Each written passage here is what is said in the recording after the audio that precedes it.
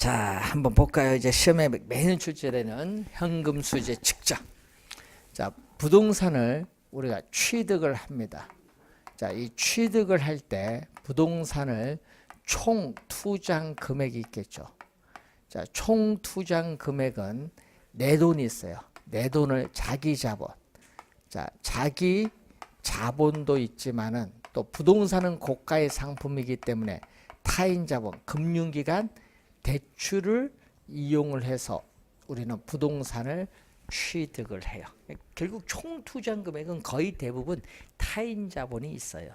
그러면 취득을 하게 되면 어떻게 돼요? 부동산을 우리가 보유하는 동안 부동산을 뭐 해줘? 운영을 해요. 자, 이때 시험은 여기서 출제하잖아요. 운영. 자, 부동산을 운영을 하는데 이 운영, 영업에 따르는 현금 흐름을 계산을 해야 돼.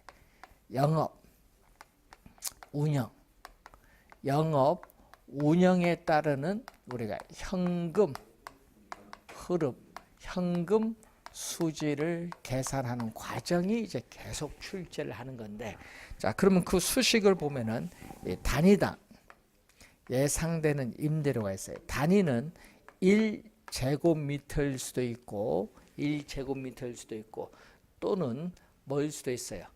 한실, 우리 사무실 때는 한실일 수도 있고 또 임대주택일 때는 한 호일 수도 있고, 그래서 단위당 우리가 단위당 예상되는 임대료 계산할 때는 항상 뭘로 계산한다? 연간. 여러분 시험에 월로 나오면은 12개월을 곱해줘야 돼요. 항상 임대료 계산할 때는 뭘로 계산? 연간으로 계산합니다. 연간.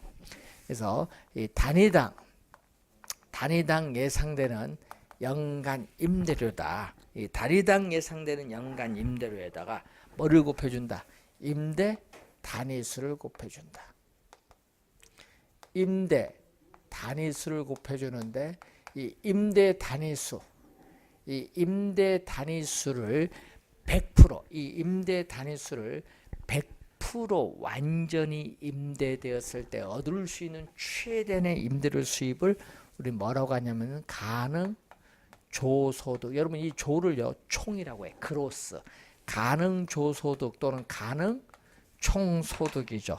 이때 가능이라는 말은 포텐셜이거든요.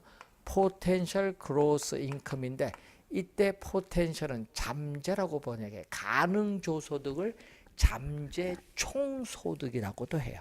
그래서 이것은 뭐죠? 최대한의 뭐다? 임대료 수입. 이 임대 단위수를 100% 완전히 임대되었을 때 얻을 수 있는 최대한의 임대료 수입을 얘기합니다. 그런데 문제는 여기다가 뭐를 빼대? 우리는 100% 완전히 임대되기 어렵죠. 여러분 임대차 계약이 끝나서 신규 임차를 확보할 때까지는 비잖아요. 그러니까 100% 완전히 임대되기는 어려워요. 뭐가 발생한다? 공실이 있어. 공실. 우리나라는 평균 공실률이 약 5%라고 봅니다. 그래서 공실 및 또 불량부채. 자, 불량부채는요. 임차인이 임대인에게 임대료를 지불하지 못하는 경우인데, 자, 이 용어를 20회와 27회 작년에는 말을 다른 용어로 출제해서 뭘로 출제했냐 하면요. 작년에 이 용어로 출제했어.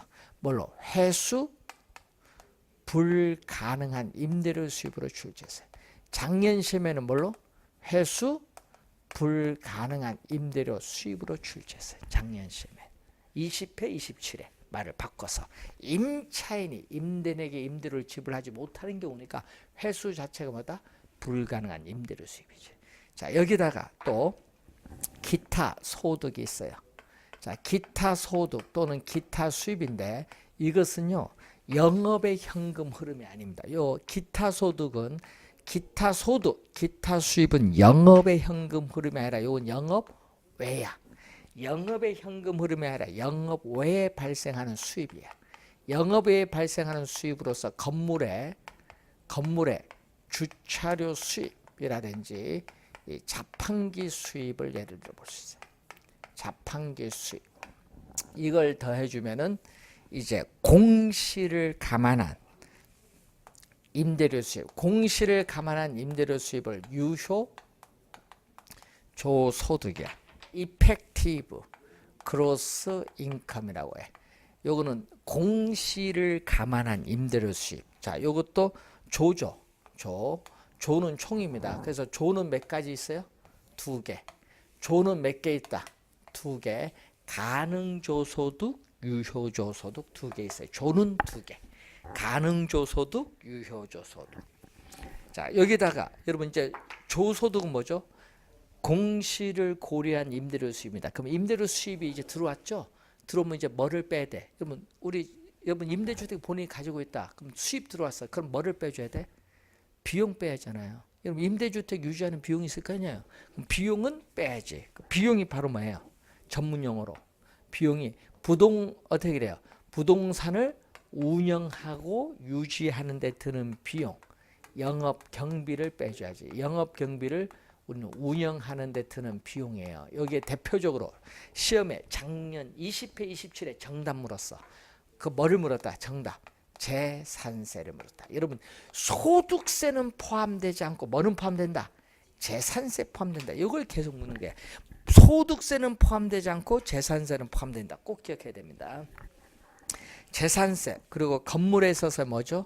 우리는 소멸성 보험료인 건물의 화재 보험료 그리고 각종 유지비, 관리비, 수선비, 각종 수수료 또 여러분 우리나라에서 교통 유발 부담금 제일 많이 내는 건물이요. 롯데 쇼핑이야.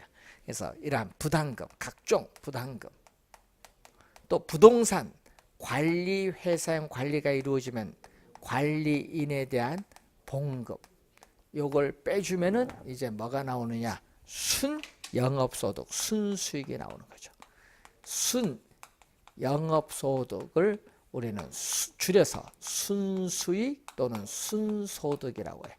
순수익, 순소득, 이걸 네트 아퍼레이트 인컴이라고 하죠. 순영업소득을 순수익, 순소득인데 여기서 주의해야 될 거는 또 영업경비에는 부동산 사용에 따라 소모되는 부동산 자체의 감가상각비라든지 감가상각비 또 소유자 관리인 봉급은 포함되지만 소유자 봉급은 포함되지 않아요. 그리고 또 개인적인 업무 비용 자, 이런 것은 뭐에 포함되지 않는다? 우리는 영업경비에 포함되지 않는데 주의해야 될 건 요거 꼭 주의해야 됩니다. 감가상각비는 영업경비에 포함된다 안 된다? 안 된다. 꼭 기억을 해 두셔야 될 부분. 자, 그러면 순영업소득에서 순이 나오죠. 자, 순이 이제 나오는 거예요. 순. 자, 조순 이래 배웠죠. 자, 그리고 여기에다가 순영업소득 순수익에 뭐를 빼다 이제 여러분 순수익 구했는데 요거 타인 자본 대출금에 대한 뭐 부채는 갚아야지. 여러분 순수익에서 부채 갚아야 돼. 자, 우선 비용 지출하고 부채 갚아야 돼. 부채가 뭐죠? 대출금에 대한 부채를 갚아야 돼. 부채 서비스액. 부채 서비스액을 우린 다른 말로 원리금 상환액. 부채 서비스액을 다른 말로 원리금 상환액을 뭐라고 하죠? 원리금 상환액을 원금 상환액에 뭐를 대준다? 원금에다가 이자를 대준 거.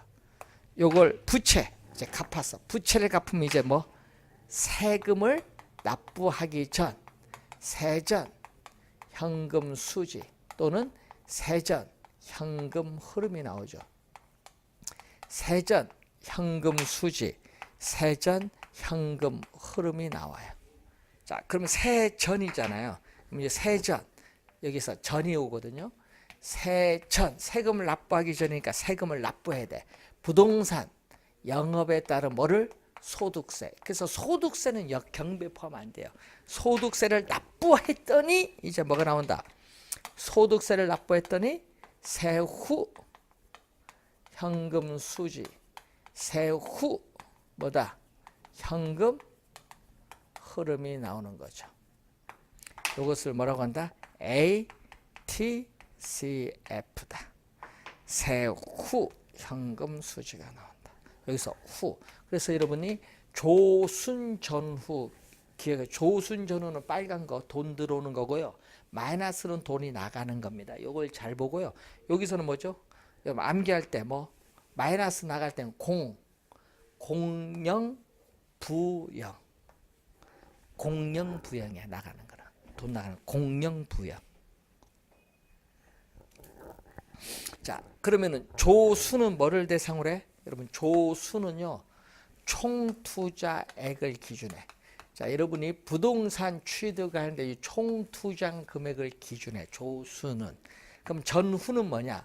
자, 여러분, 순 영업소득에서 대출금에 대한 원리금 상환액을 지불하기 때문에 요게 빠져. 원리금 상환액 지불하니까 그럼 자기 자본만 남거든요. 그럼 전후는 자기 자본만 남아. 그래서 이건 자기 자본을 다른 말로 지분 투자액이 자기 자본이죠. 그래서 조수는 총 투자액 기준, 전후는 뭐를 기준? 지분 투자액 기준. 요걸 이제 어림세법 할 때 여기 필요하거든요. 잘 이해를 해두시고, 요 수식 모르면 안 돼요. 작년에 세 문제에 걸쳐서 출제했어요. 그리고 또 영업소득세 계산할 때 어떻게 나오죠? 자, 영업소득 계산할 때 순 영업소득에서 자 15년 지나서 가정용 주방용 기구를 교체하고자 할 때 매년 교체하고자 하는 일정한 금액을 적립을 합니다. 이걸 뭐라고 하죠? 대체 충당금인데, 여러분 대체 충당금은 뭐가 돼요? 플러스 세금 공제의 대상이 되잖아요. 소득세 구할 때 요거 플러스는 세금 공제가 안 되는 걸 얘기해. 세금 공제가 안 되는데 여기에다가 뭐 들어간다? 마이너스. 마이너스는 뭐가 돼? 마이너스는 세금 공제가 되는 거. 마이너스는 세금 공제인데 뭐 대출금에 대한 이자 지급액에 대해서는요, 자기 자본 증가, 이자 지급은 자기 자본이 증가하지 않거든요. 그래서 이건 세 공제가 됩니다. 그리고 또 부동산 사용에 따라 소모되는 부동산 자체의 감가상각액. 그래서 여러분 투자의 장점에서 요거 배웠잖아요. 투자의 장점은 뭐죠? 부동산 투자의 장점은 어떻게 돼? 이자 지급액과 감가상각액이 세 공제되기 때문에 세금을 절세하는 효과가 있다. 배웠죠? 세금 공제가 돼. 요 두 가지. 요 공제하면 이제 뭐가 나오죠? 과세 소득이 나오지. 과세 소득에 뭐를 영업 소득 세율을 곱해주면은 이제 뭐가 나오죠? 영업에 따르는 뭐를 구할 수 있다? 소득세를 구할 수 있는데 이 영업 소득세를 여기에 넣어주면은 이제 구할 수 있죠. 그래서 주의할 거는 요거 주의. 뭐를? 우리는 감가상각액은 영업경비에 포함되지 않고 뭐 할 때? 소득세 계산할 때 필요하다. 감가상각액은 영업경비에는 포함되지 않고 뭐 계산할 때? 소득세 계산할 때 필요하다. 꼭 기억을 해 두셔야겠지. 자, 그럼 부동산 보유 기간이 됐죠. 그럼 일정 기간 지나서 부동산을 뭐 한다? 처분을 하겠지. 그러면 처분을 하게 되면 처분, 이 매각에 따르는 또 현금 흐름을 계산을 하겠죠. 자, 매각에 따르는 현금 흐름을 계산을 할 때 처분한다고 예상했을 경우에 매도 가격에서 매도하는 데 드는 비용, 대표적으로 뭐가 있죠? 중개, 뭐가 있다? 보수, 그리고 법적 수속에 따르는 비용 등이 있죠. 이걸 공제를 해주면은 순 매도액이 나오죠.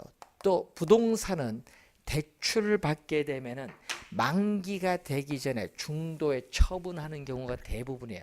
그럼 중도 처분할 경우에는 대출금 중에서 아직 못 갚은 돈은 갚아야 돼. 뭐죠? 못 갚은 돈이 바로 미상환된 원금. 미상환된 원금을 미상환 저당 잔금. 자, 미상환된 원금을 미상환 저당 잔금인데 이것은 대출금에서 중도 상환 시에 뭐를 곱해주면 중도 상환 시에 잔금 비율을 곱해주면은 이 미상환 저당 잔금을 구할 수 있죠. 이걸 빼면은 세금을 납부하기 전 지분 복객이 나와요. 세금을 납부하기 전 투자자에게 돌아가는 몫이 나오는데 이것을 세전 지분 복객을 세전 매각에 따르는 현금 흐름, 세전 매각에 따른 현금 흐름이 나오고 여기에 세전이니까 처분 시에 부동산 가격 상승에 따른 이득을 자본이득. 처분 시에 부동산 가격 상승에 따른 이득이 자본이득인데 여기에 세금을 납부하죠. 이 자본이득세를 우리나라에서는 뭐라고 하냐면 양도소득세라고 해. 양도소득세를 납부하면 뭐가 나온다? 세후 뭐가 돼? 지분 복귀에. 세전 매각에 따르는 현금 흐름이 되겠죠. 여러분 저 요즘에 우리 장관이 보면 장관 이제 청문회 보면요 위장전입 얘기 많이 나오는데 여러분 위장전입은요 옛날에 뭐 때문에 한자 옛날 요즘 위장전입은 옛날에 합법이었어요. 옛날에 불법이 아니야. 과거에는. 그런데 이게 2000년 들어오면서 불법이 됐어. 왜냐? 아파트 분양받기 위해서 위장전입한 경우가 생겨서 문제가 생겼잖아요. 그때부터 불법이야. 그러니까 옛날에는 불법이 아니었거든요. 옛날에는. 그러니까 이게 2000년 이후에 들어오면서 불법으로 바뀌었는데 또 뭐가 있냐 하면요. 여러분 양도소득세가 처분 시에 처분 가격, 취득 가격 차이만큼 세금을 납부해야 되잖아요. 그렇죠? 내야 되잖아요. 양도소득세 정상적으로. 근데 이거 안 내기 위해서 또는 줄이기 위해서 뭘 한다? 불법을 하는 거야. 불법이야. 뭐? 업계약서, 다운계약서를 작성해. 불법이야. 세금 탈루하기 위한 불법적인 탈세행입니다. 그런데 그게 관행이란 게 돼요? 관행이 아니지. 아니 관행이 어디 있어? 세금 탈루하기 위해서 남이 하니까 자기도 하려고 한 거 아니에요. 그래서 여러분이 상당히 우리나라 사람 웃겨. 그 이번에 공정거래위원장 다운계약서 작성해서 했는데 탈세잖아요. 탈세했는데 그게 관행이 돼요? 불법인데. 그게 말이 안 되지. 그럼 그 사람 처벌 안 하면 다 처벌할 수 있어 없어? 앞으로 다운계약서 사용한 사람 장관 처벌하는데 다른 사람 처벌할 수 있어요? 못하지. 그러니까 말이 안 되는 거야. 그래서 어떻게 돼? 장관 된 사람 높은 도덕성 요구되는 거야. 그럼 처분 안 되지. 얘기할 거야. 장관 처분 안 돼. 왜 나는 처분하냐? 말이 되지. 그래서 여러분 상당히 웃긴 게 다운계약서 업계에서 쓰면 안 돼요. 왜? 불법이야. 세금 탈루. 양도소득세. 많이 하잖아요. 우리가. 근데 장관 안 하겠다 하면은 해도 돼. 근데 장관 하려니까 이제 문제 생긴 거지. 이런 거는. 많이 하죠. 이 강서구 마곡지구는 또 업계약서를 많이 적어서 또 문제가 되고. 다 양도소득세 문제. 많이 합니다. 이 보면은. 예. 아파트 어떻게 돼? 분양 집 없는 사람 요거 탈루할 수가 없어. 처분할 수도 없지. 집 없으니까. 그러니까 이 요건 결국 돈 있는 사람, 주택 있는 사람이 이렇게 하는 거지. 자, 시험에 우선 요 영업의 현금 흐름 상당히 중요하다. 기억을 해 두시면 되겠습니다.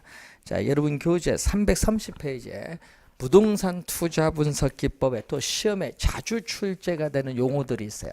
자, 자주 출제되는 용어를 보면은 자, 올해 또 출제할 수도 있거든요. 화폐의 시간 가치를 고려하는 방법. 자, 화폐의 시간 가치를 고려하는 방법을 우리는 전문 용어로 할인 기법이라고 해. 화폐 시간 가치를 고려하는 방법은 할인 기법. 또 화폐의 시간 가치. 자, 화폐의 시간 가치를 고려하지 않는 방법을 우리 뭐라고 하냐? 비할인 기법.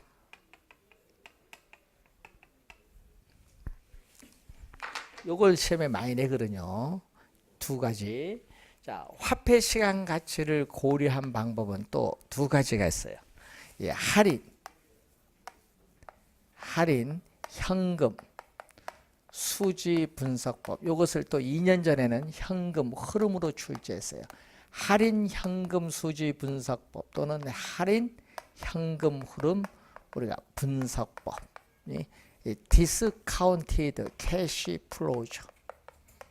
그리고 투자로부터 미래에 예상되는 현금 수입을 현재의 가치로 할인한 다음에 현재 투자 금액을 회수하는 데 소요되는 기간이 현가 회수 기간이라고 하는데 이 현가 회수 기간법. 자, 17회 시험에 정답으로 물었죠. 두 번 우리가 또 지문상에 출제했습니다. 이 두 가지. 자, 그러면 화폐 시간 가치를 고려한다는 건 이 얘기입니다. 부동산 투자로부터 미래에 예상되는 현금 수입과 지출을 현재의 가치로 할인해서 투자 결정을 하는 방법이 DCF법인데, 현재 가치로 할인하면 화폐 시간 가치를 고려한 방법이에요. 할인 기법. 그럼 화폐 시간 가치를 고려하지 않는다는 것은 미래에 예상되는 현금 수입 지출을 현재 가치로 할인하지 않는다는 거지. 자, 여기는 자, 화폐 시간 가치를 고려하지 않는 방법으로서 뭐가 있다? 정통적 분석 기법. 자, 정통적 분석 기법. 그리고 어림, 세법, 비율, 그러니까 분석법이 있습니다. 자, 그러면 330페이지 보시면은 이 정통적 분석 기법을 보면은 단순 회수기간법을 줄여서 또는 회수기간법이라고 하죠. 단순 회수기간법 또는 회수기간법, 그리고 회계적 우리가 수익률법 또는 회계적 이익률법이라고 하죠. 자, 회계적 수익률법, 회계적 이익률법을 또 다른 말로 평균 수익률법이라고도 해요. 자, 단순 회수기간법. 자, 예를 들면은 이런 의미겠죠. 자, 시험 지문에 보면 영년이란 말이 많이 나오는데, 영년은 현재를 말합니다. 현재 투자 금액이, 마이너스는 돈이 나간 거, 현재 투자 금액이 3억 원입니다. 그래서 이 투자로부터 1년 차에 1억 원 현금 수입 발생했어요.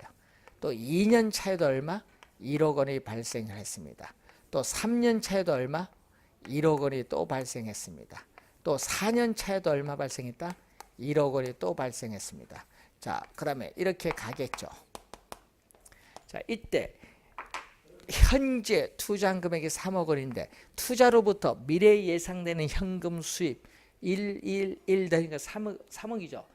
이 미래에 예상되는 현금 수입을 가지고 현재 투자 금액 3억을 회수하는데 몇 년 걸린다?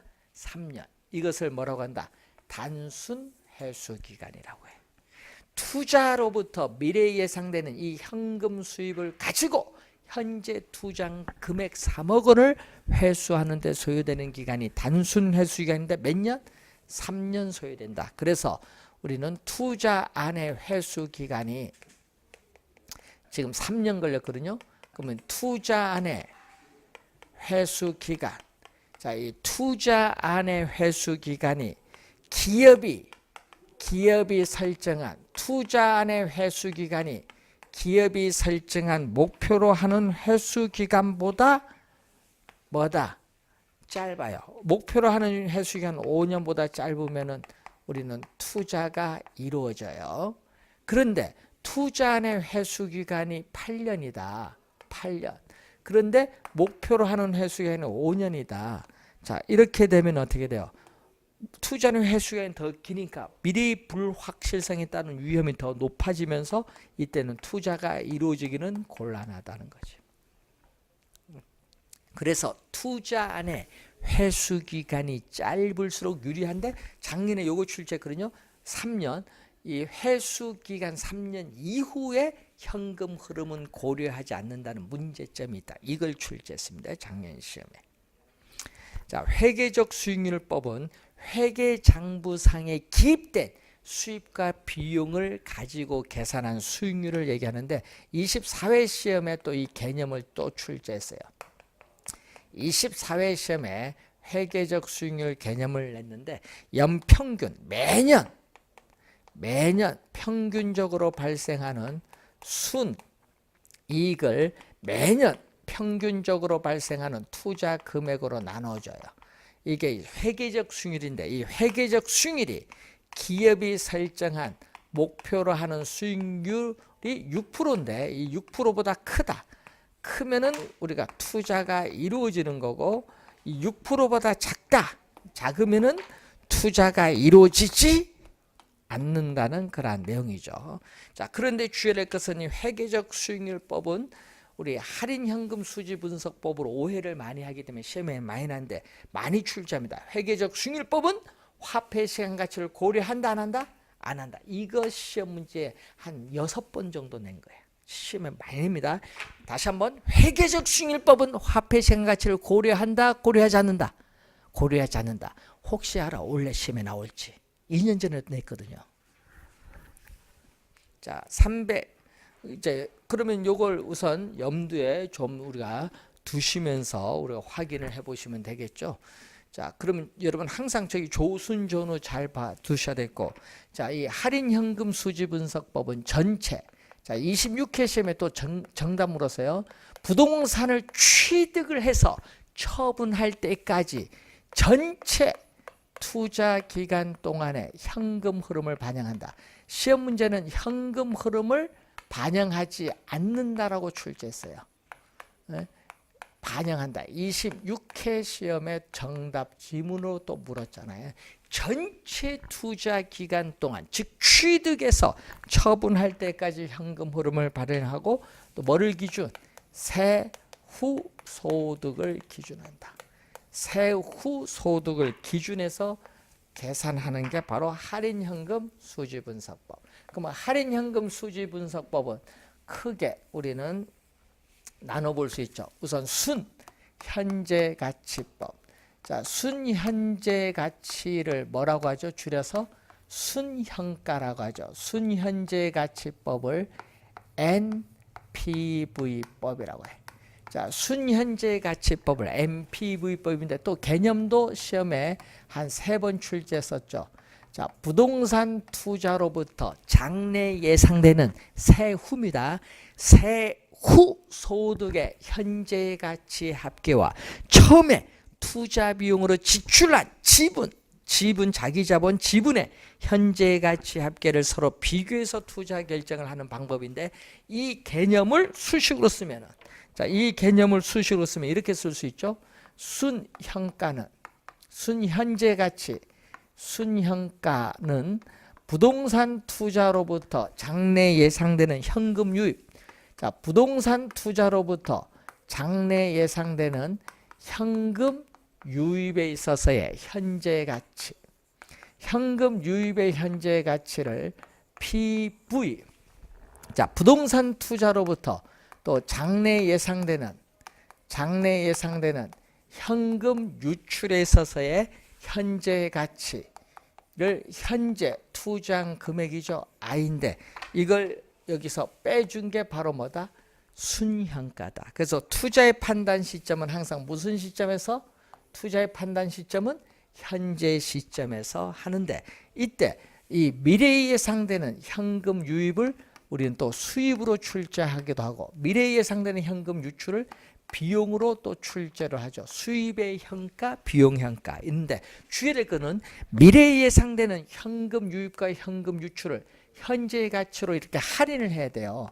현재 가치로 할인을 할 때 할인율로서 뭐를 사용한다? 요구 수익률을 사용한다. 할인율로서 자본 비용인 뭐를 사용한다? 요구 수익률을 사용하면서 요구 수익률은 투자 주체에 따라 달라질 수 있다는 겁니다. 투자 주체에 따라 달라질 수 있다. 자, 그러면은 요 개념을 잘 이해를 해 두셔야 되는데, 그래서 투자안이 하나다. 투자안이 하나일 때는 단일 투자안, 또는 한 투자안의 의사결정이 다른 투자안에 영향을 미치지 않는 것은 독립적인 투자안이죠.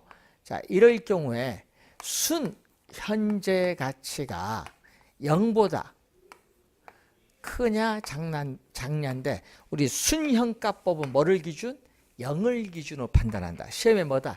1이 아니다는 거. 자, 1이 아니라 0을 기준으로 판단하는데, 순현가가 0보다 크면은 어떻게 돼요? 현금 유입의 현가가 현금 유출의 현가보다 크기 때문에 투자가 이루어지고, 순현가가 0보다 작으면 현금 유입의 현가보다 현금 유출의 현가, 현재 투자한 금액이 크기 때문에 투자가 이루어지지 않는데, 이 현금 유출은 투자한 우리는 자기 자본, 지분 투자액을 말한다는 거죠.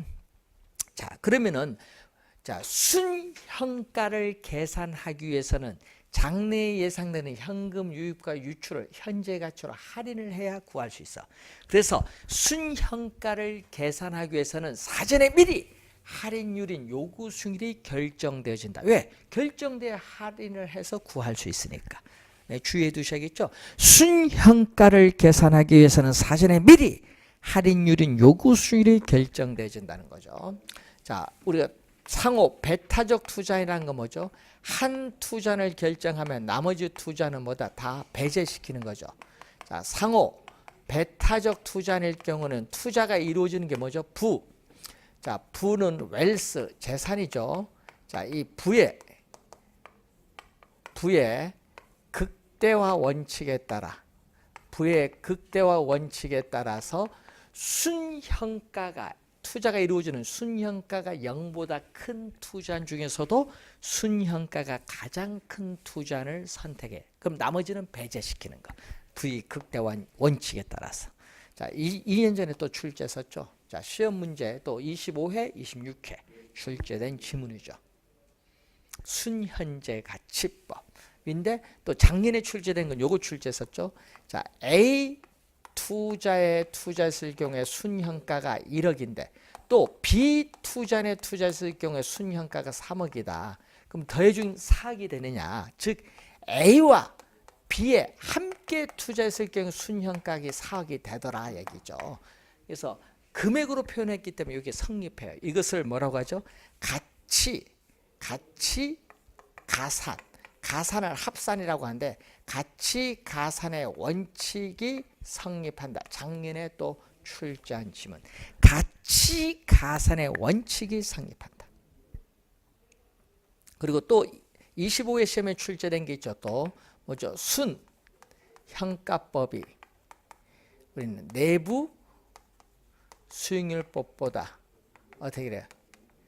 일반적으로 어떻게 그래요? 이론적 측면에서 뭐하다? 우리는 우수하다. 이 지문을 우리는 시험 문제에 또 25회 시험에 또 출제한 지문이죠. 자, 순현재 가치법. 자, 그리고 두 번째 수익성 지수법.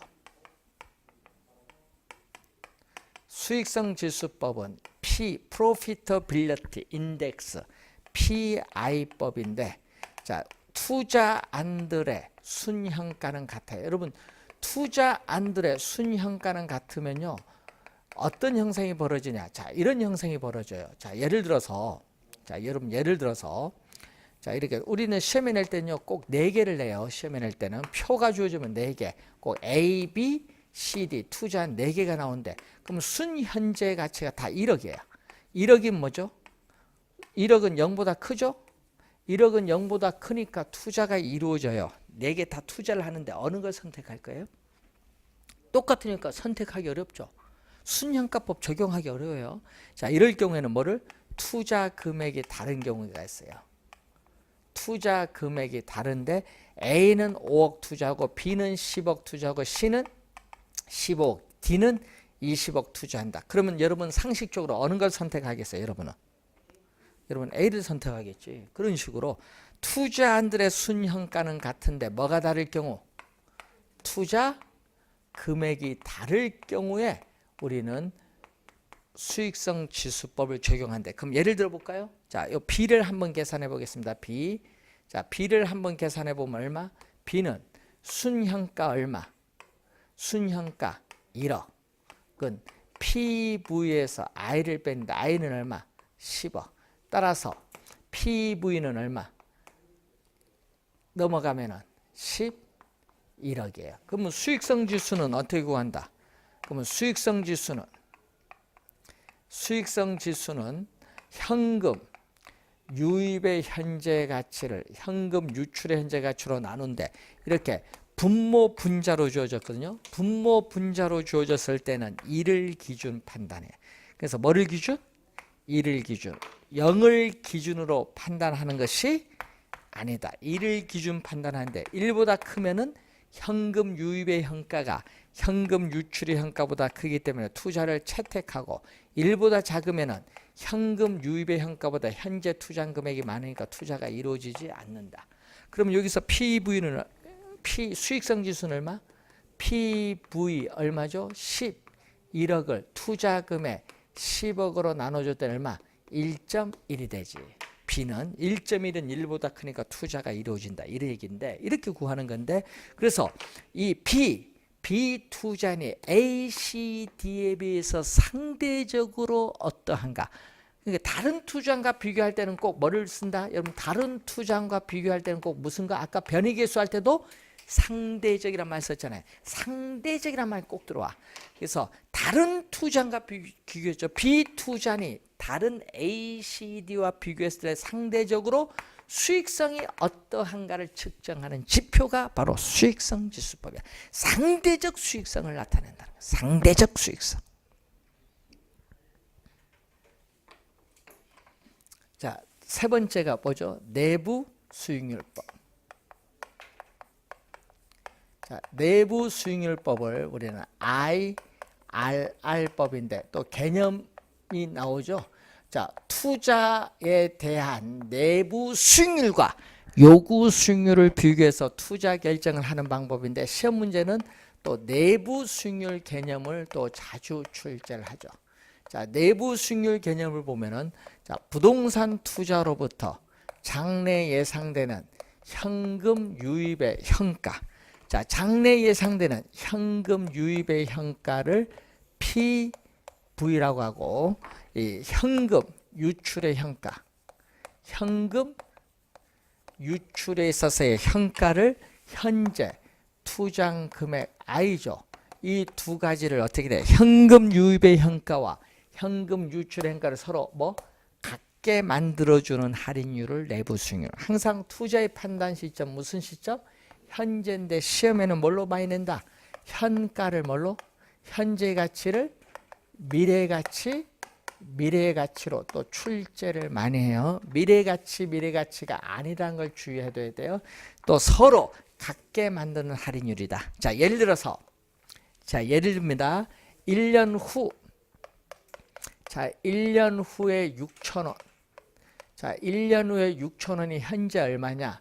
1 플러스 R. 1년 후니까 뭐 1승입니다. 1년 후니까 뭐 2년 후는 뭐 재고. 이렇게 들어오면 되는데 이게 바로 뭐죠? 이게 현금 유입의 현재 가치야.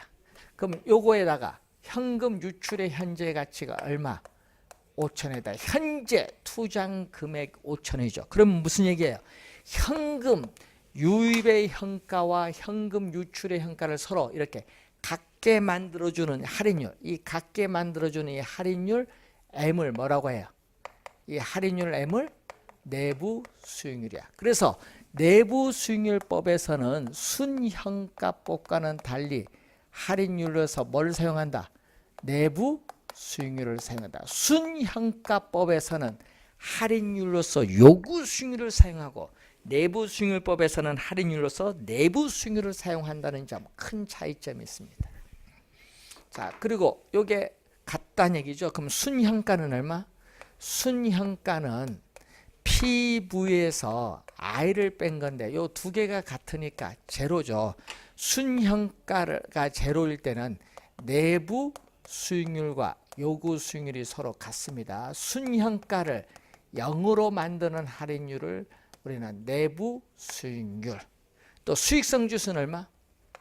수익성 지수는 또 PV를 I로 나누는데 요 두 개가 같으니까 또 수익성 지수를 1로 만드는 할인율. 또 2년 전에 요거 출제했거든요. 순현가가 0이라는 것은 얼마? 0이면 두 개가 같거든요. 그러면 수익성 지수는 두 개가 같으니까 1이다. 요걸 출제를 했어요. 그럼 또 요것도 되거든요. 수익성 지수가 1이면 요 두 개 1이면 요 두 개가 같으니까 또 순현가도 얼마가 돼? 0이다. 예? 어떻게 그래? 같은 지문이지. 예? 그래서 내부 수익률은 투자한 그 자체 내부에서 장래 예상되는 기대 수익률이 내부 수익률인데, 자, 이 내부 수익률은 투자한 그 자체에서 장래 예상되는 이 기대 수익률입니다. 이 기대 수익률이 이 자본 비용인 요구 수익률보다 크면은 투자가 이루어지고, 내부 수익률이 요구 수익률보다 작으면 투자가 이루어지지 않는다. 이것도 한 3번 출제를 했죠. 투자 판단. 그런데 지금 1승일 때는 M이 하나, 만약에 세제곱일 때는 몇 개? 3개. 그러면 2개 이상의 내부 수익률이 존재하면 어느 것을 선택해서 요구 수익률과 비교를 할 거냐. 내부 수익률 선택이 어려워서 내부 수익률법을 적용하지 못하면은 순형가법을 적용해요. 또 요거 3승일 때 내부 수익률이 안 나올 수 있어. 뭐 허수 요게 나올 수 있거든요. 내부 수익률이 존재하지 않을 수도 있어요. 즉 허수의 내부 수익률이 존재할 수도 있는데, 허수의 내부 수익률이 존재할 경우에는 또 요구 수익률과 비교하기 어렵기 때문에 내부 수익률법 적용 못하고 순형가법을 적용한다. 그래서 순형가법이 내부 수익률법보다 이론적으로 우월하다, 일반적으로 볼 때. 자, 이 내용들을 우리가 확인을 좀 해두셔야 되는 부분이 되겠습니다. 자, 우선 3년 연속 말로 출제하고 있거든요. 25, 6, 7에 계속 말로 출제를 하고 있습니다. 여러분 2문제 낼 수도 있고요. 2문제 낼 때는 하나는 계산 문제 냅니다. 자, 이렇게 해서 여러분이 우리가 받고 337페이지 어림세법부터 잠시 쉬고 시작하겠습니다.